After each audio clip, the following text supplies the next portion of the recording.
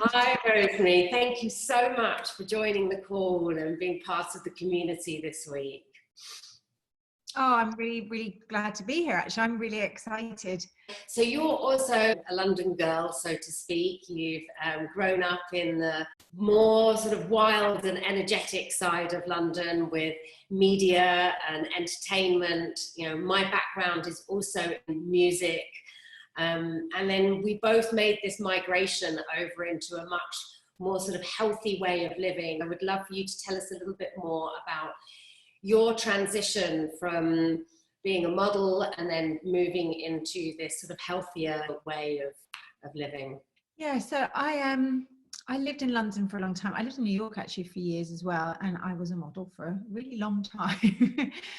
And then I have 3 children now. They're all quite grown up, but you know, I think I was 31 when I had my 3rd child, and I had the last 2 very close together, and I didn't want to travel. And I think becoming responsible for my oldest is 20. So when I first had her, I was really young and I had no idea what I was doing, but I did know that I was blending quinoa and people were taking the mick out of me saying, what are you doing? You know, and I was jarring food.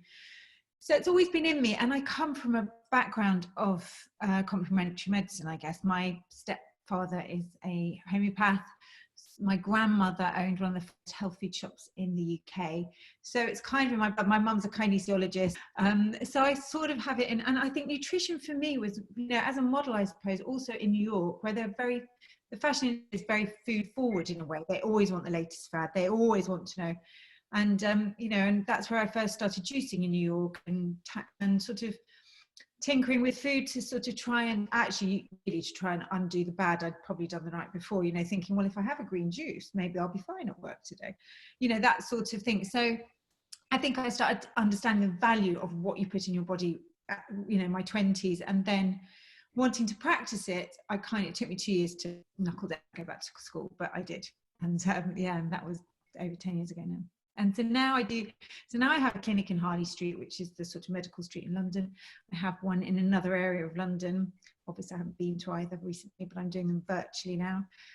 I write quite a lot of stuff for magazines, and I have a food delivery, you know, like a health food delivery, like a 5-day, it's called the 5-day plan. And it's just to show you the power of, if you're feeling absolutely rubbish and we give you healthy food, not fasting, but healthy food for 5 days, you can feel totally different. And that is the power of food. So I believe very strongly in that. So, and really I do a liquid day once a week. So I'm a big fan of fasting, but as Joe and I have talked about there, I try not to talk about it that much because people use it for crash weight loss, which is absolutely not what it's for, and it doesn't work. So I sort of have stopped talking so much about that in my world because I feel like it gets abused. But I try and do a liquid day, but I have never done a water fast. And actually, so I'm really, really excited about doing this with you, Joe. I really am. Me too, because it feels like it's such a great like marriage. I wanting to be talking about like the eating aspect of it, but then obviously on a fast, we're talking about not eating. So it's so important for people to understand that fasting shouldn't be used as this kind of like crash weight loss kind of way to put these restrictions on your body and to put it into, like I always say, fasting is liberation, not deprivation. It should be a feeling of freedom and not this sort of like aggressive act of stopping yourself from eating.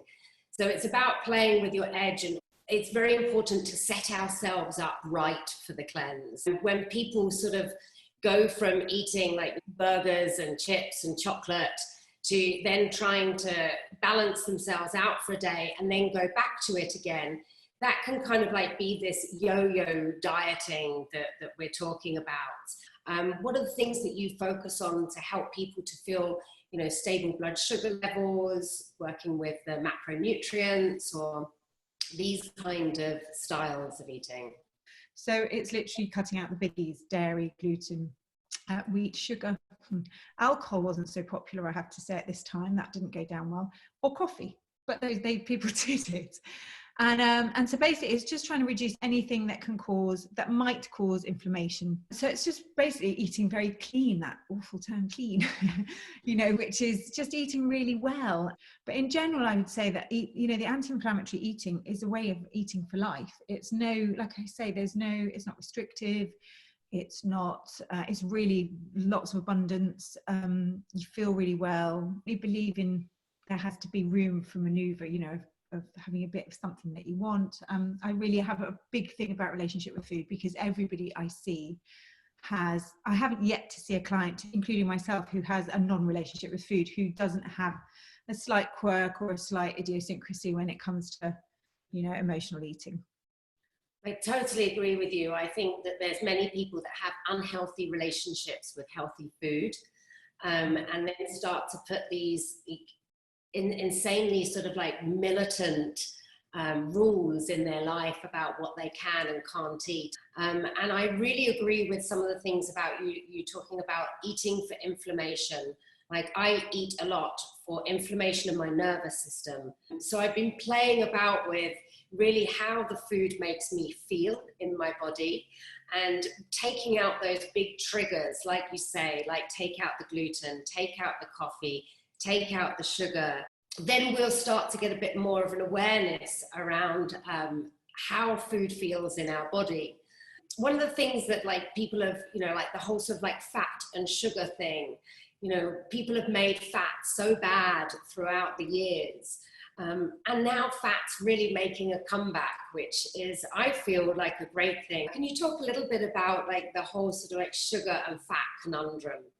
It's interesting. So fat's got demonized in the 50s, and literally because people said if you eat fat, you will be fat. And so even though the guidelines have changed and people know, we know that that's not the case. In fact, it's the opposite. The guidelines have changed, but people's mentalities haven't. It's interesting. So if you eat fat is what makes you feel full.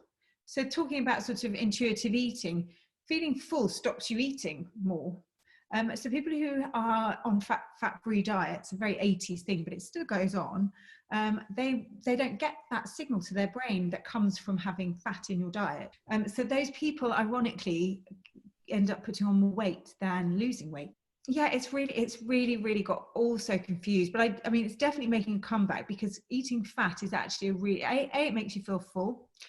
For your nervous system, it's crucial. For your cognition and your brain function, it's absolutely crucial. Your body works, and for inflammation, it's crucial. All your nerves are coated in something called a myelin sheath, which is fat. So the nerve trigger goes much more smoothly if you've got a nice, lovely coating of fat around, of the myelin sheath is in good nick. Also, all our cell membranes are made up of fats, and so if you don't have good cell membranes, then your body's not going to be working nearly as well as it should do. And sugar basically triggers this insulin response, and we keep okay, fine to trigger it once, a little bit every day. We trigger it constantly, we barrage it all day long, and eventually the insulin, your body just doesn't listen to it, and that's when insulin starts to store fat. It stops listening to the insulin, and then you start storing fat, and then you become overweight. And yeah, that's insulin resistance, right? So like people end up with insulin resistance, and when we fast, this actually helps to like lower this insulin resistance, and it's almost like wipes the slate clean, helps our body to then start over fresh. Once we've wiped the slate clean, we don't want to then mess up the plate again, like throw a load of stuff at it. Now we have this clean canvas. We want to then beautifully paint this new way of eating on top of it. So when we come back after the fast, when we start reintroducing foods, it's almost as important as the fast ourselves, that we introduce and we refeed with stability. So like you say, introducing with fats so that we don't end up with this huge rush of sugar in our blood. I've been seeing that a lot with the juice fasting, where people they drink juice fast, especially if the juice has a lot of sugar in it, a lot of fruit in it. It'll peak insulin, and then the person will feel a lot of energy, and then they'll feel incredible hunger afterwards. So they'll be going through these big highs and lows. So the bone broths, the nut milks, even the veggie broths help to just stabilize that insulin and keep people feeling sort of more grounded in the fasted state. So yeah, I'm glad that you mentioned the whole insulin issue, because I think that causes us to react to eating quickly and eat from a more emotional state, because it's like an instant thing, right? Yeah, that's really true. And I mean, the sugar, I mean, it is, you start on this roller coaster of emotion, but also like blood sugar up, blood sugar down. Then the body is basically, you're putting stress on the body, and the body doesn't know what to do. And it's, I mean, you know, the body's incredible what it deals with. The stuff we chuck at it daily, the stuff we don't even know it's dealing with daily, you know, and that refined sugar in particular. You know, I am not a carb phobe. I actually, you know, it drives me a bit nuts because we need a bit of carbohydrate. But we do eat you know, we eat much more carb than we ever used to. But that refined sugar that is in food that just, I don't even know what that food is, you know, it's like toxic to the body, literally. And it starts you on that emotional roller coaster. And then you feel hungry, but also anxious. You know, you get that sort of like wired feeling. It's just negative, isn't it? Around food, around energy levels, sleep.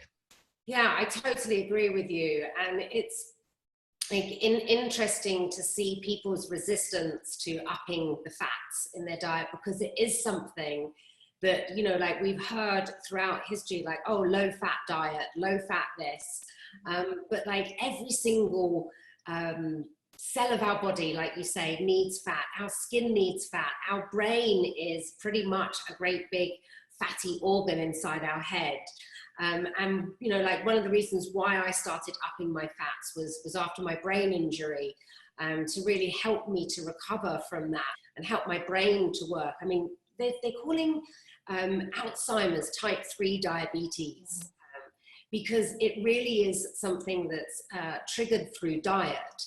So as much as, you know, the fasting is such an important part of what I want to do with the collective cleanse, with creative cleansing, you know, it boosts your immune system. It helps you to, you know, produce more T cells, which can kind of like help your own body fight off all of the infections.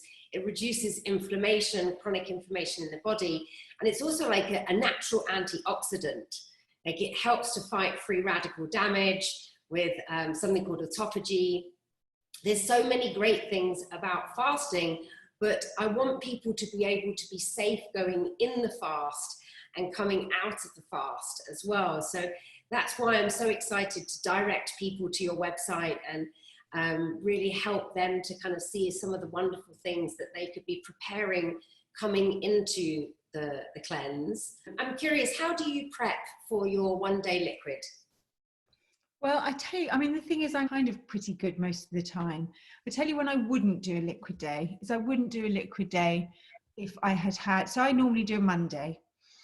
If I'd gone out on Saturday night till 4 o'clock in the morning dancing, and then had quite a less than, you know, sort of like roast, British roast, I probably wouldn't do the cleanse on Monday. You know, but I also think that actually it's not even just what you've eaten. You know, stress is a massive factor, and actually you can be as healthy as you like food wise, but if stress is chronic, then again, you know, so I see people who eat really, really, really, really well, but they drink 10 coffees a day. Now, I would not want them to do it. I'd want them to take 3 days of doing meditation. You know, doing a liquid day is not as extreme or as you know, detoxifying as doing a water fast, you know, because I'd be worried about the toxins that come out of the body quite fast, and I don't want them to get that hideous headache which you do get from coffee and stuff. Foods to eat before doing a liquid day would be just, I would say, eat a vegetarian diet for a few days, you know, just whole foods, fresh. It's not rocket science. I don't think it's rocket science, but I think that's probably because I've been doing it for a long, long time and it's second nature to me. But that's what I would tell people to do. You know, keep it whole. Like I would definitely cut out sugar, alcohol, and coffee. Those would be the 3, and gluten. I agree. Like reducing the sugars, reducing the caffeine, the alcohol, and the gluten is going to do so much to kind of create this like almost like bed in your belly. You know, when you stop eating for 24 hours, even at least. You want there to be like good, wholesome matter in your digestive tract, so that things aren't like fermenting in your gut and causing like plumes of bacteria that can sometimes happen if we eat a bunch of sugar, or we eat badly, or even if we eat meat the day before a fast. It will sit in our gut and it won't actually have the desired effect that we want to, this deep detox that we want people to go into. Can I also just actually, just touching on the bacteria thing actually, that even if, you know, the power of food is, I would really believe you can change the way that you feel with food really, really quickly. And, you know, now your microbiome, which is your bacterial colony, they know that you can change it with what you eat. People used to say, oh, it takes ages, and now we know that you can change it in a day. And when might not stay better, but it will be better, you know, so it feeds off what you're giving it. So it's really true. So if you give it loads of sugar, that, you know, bad bacteria go way, then that's what will happen. So actually giving your gut colony, which is over 50% of you, I might add, you're more bacteria than you are human, I hate to tell you. You know, if you feed that gut colony, then it's true, you're going to feel so much better, because they're responsible for metabolizing all sorts of things in you.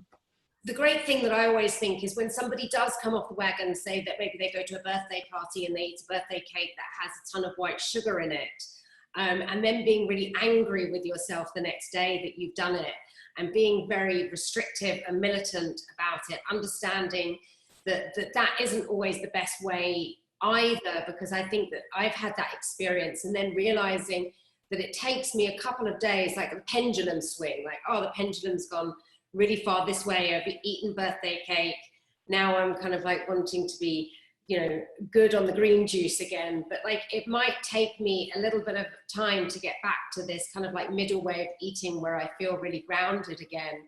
So it's about having this forgiveness around, you know, how we eat. Yeah, and I love the fact that your bad thing is birthday cake. Good Lord, if that was my bad thing, I'd be so happy.